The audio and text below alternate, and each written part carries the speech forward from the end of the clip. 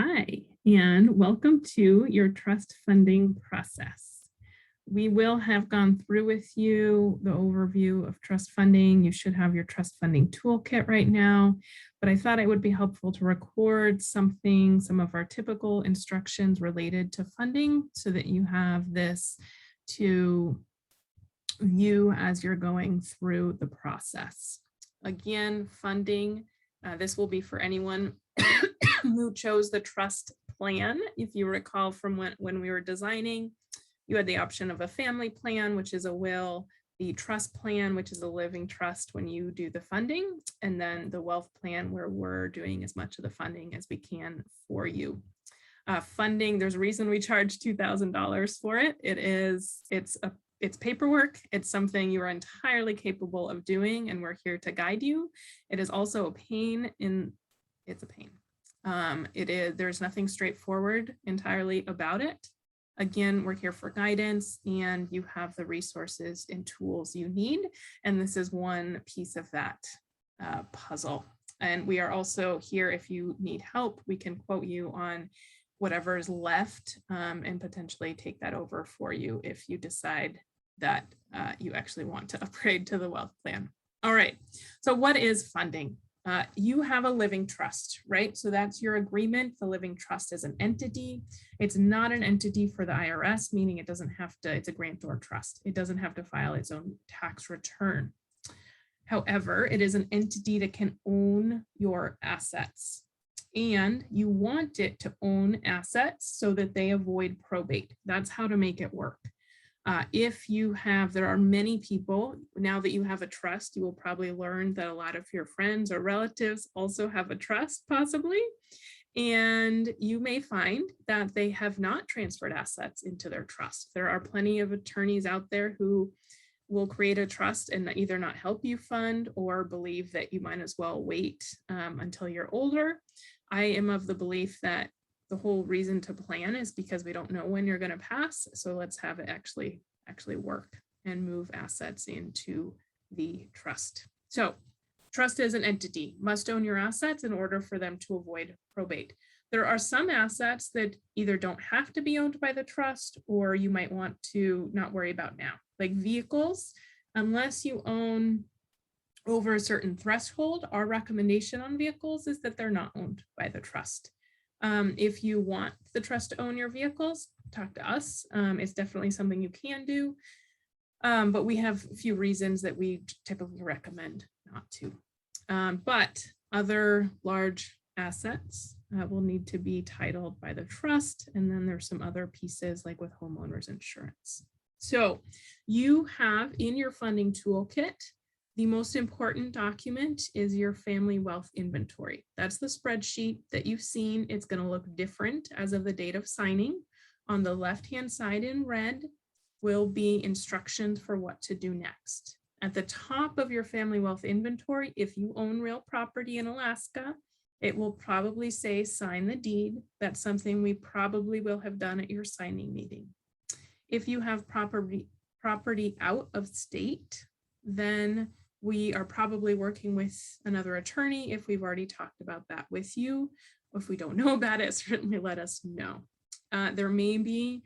It's possible that you have a mortgage on a property that's not your primary residence, and we may have spoken to you about some different options. You may be checking with the mortgage company before we record your deed. So if you're not clear on that, do let us know.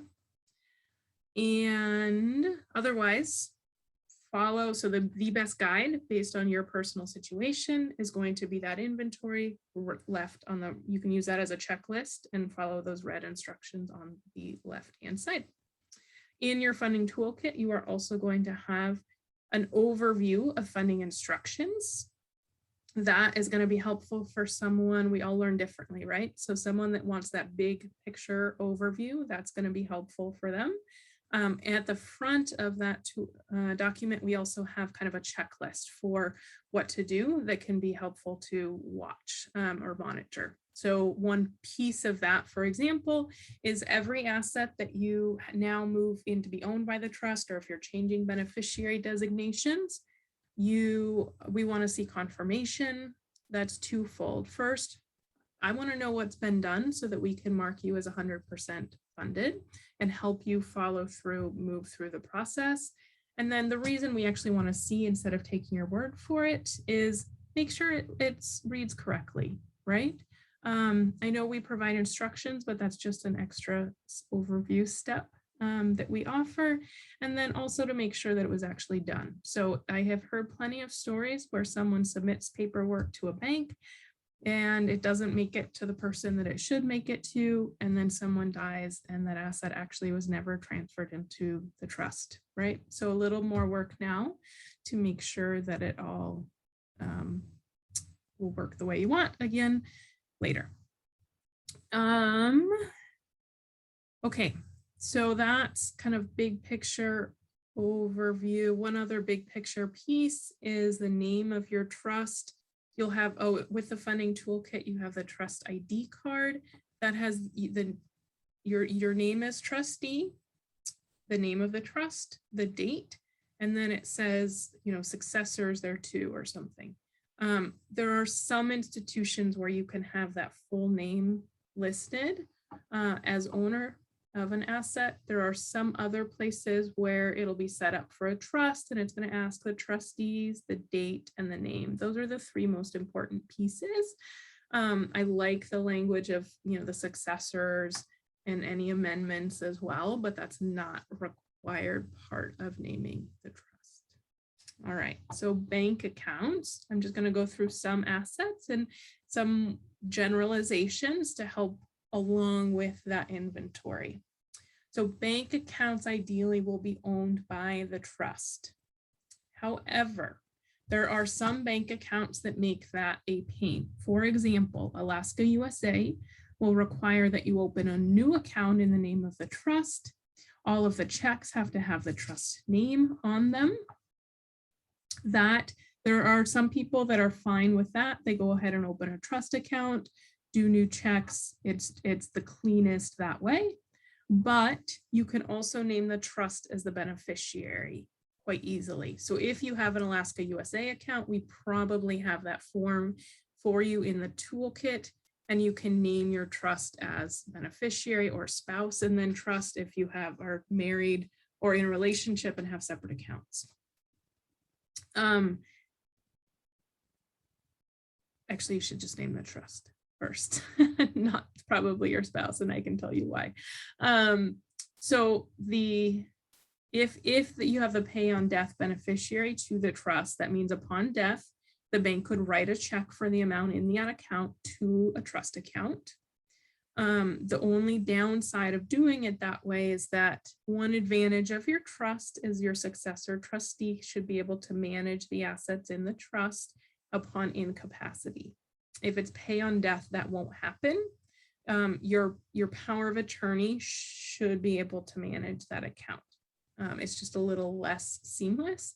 And then hopefully your trustee, successor trustee, and power of attorney are the same person if it's split like that. We can talk more about that, but bottom line is you will avoid probate if the bank account is either owned by the trust or has the trust as the beneficiary. And you can decide with your institution what's going to make the most sense. And also how easy it is for them. They all will give their own advice, for better or for worse. Okay, that's banks. For home, you need the deed to the trust, which we probably did for you, or you may be hiring us to work with an attorney in another state if you have out-of-state property. But then you have the homeowner's insurance. So if the home is owned by the trust, you also want the trust as an additional named insured on your homeowner's policy. Ask them that, additional named insured. There are some policies that will say we can only do an additional interest and not an additional named insured. So the trust could be an additional interest. That means the trust would have a right to sue if there needs to be a claim made. So put another way, if your homeowner's insurance policy person says we can only do an additional interest, that will be a pain if you are dead and the trust has to make a claim on the homeowner's policy, right? That's a risk you can either decide to take, or you can move to a different homeowner's insurance coverage agent. Either you have to go to a new agency or find a new policy type within, if you're working, I think it's called a broker. We can advise on someone that can do that for you to make sure the home can be an additional named insured, but that's up to you what you want to do. Just know that it's going to be less protection if you were, for example, to die in a fire at the home, and there's going to be a claim on the homeowner's insurance. Title insurance. If you have title insurance, which often people do, it's something you buy when you buy a home, and then it just kind of sits there. It's not something you're actively working on, or that you have to renew every year or something like that. You want to call the title insurance company and make sure that you don't have to do anything if the trust is owned, if the home is owned by the trust. Most of the time you don't, but we just advise that you double check. If you bought your house more in 2016 or more recently, there was something changed with title insurance, and all policies are going to cover if the trust owns your home, so you don't have to do anything then. Investment accounts, generally the trust can be named as a beneficiary. For life insurance, we recommend that the trust is primary beneficiary, and then when you're dealing with assets that have beneficiary designations, you always want primary and contingent, just in case. Even if you have the trust name, something could happen and you want a contingent. The only time you don't need a contingent is if you're naming your estate, which you might do in some situations with a will. So we probably recommended primary and contingent beneficiaries based on your planning on your family wealth inventory. It's possible that it says in the instruction per recommendation of Liz. That just means that we weren't quite sure what you would want for some reason, that we thought we should talk with you, and hopefully we already have discussed that with you. If not, when you're getting to that, let us know and we can talk through different options. But life insurance, if you're married, you want the trust, and then if you're married, have the spouse as contingent. That's life insurance, right? The idea there is that the payout is straight to the trust. So if a married couple is in an accident and one is still living, you don't want the payout to go to them, and then potentially that could result in probate. It just means another step as well for that spouse to make sure that money ends up in a trust. For retirement, there are huge benefits for a spouse to inherit directly on the retirement account.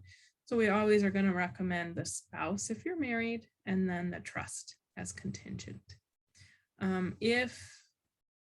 I'll just say this, if you've heard that you don't want to name a retirement account, our trusts are set up so that it's what's called a see-through for IRS purposes.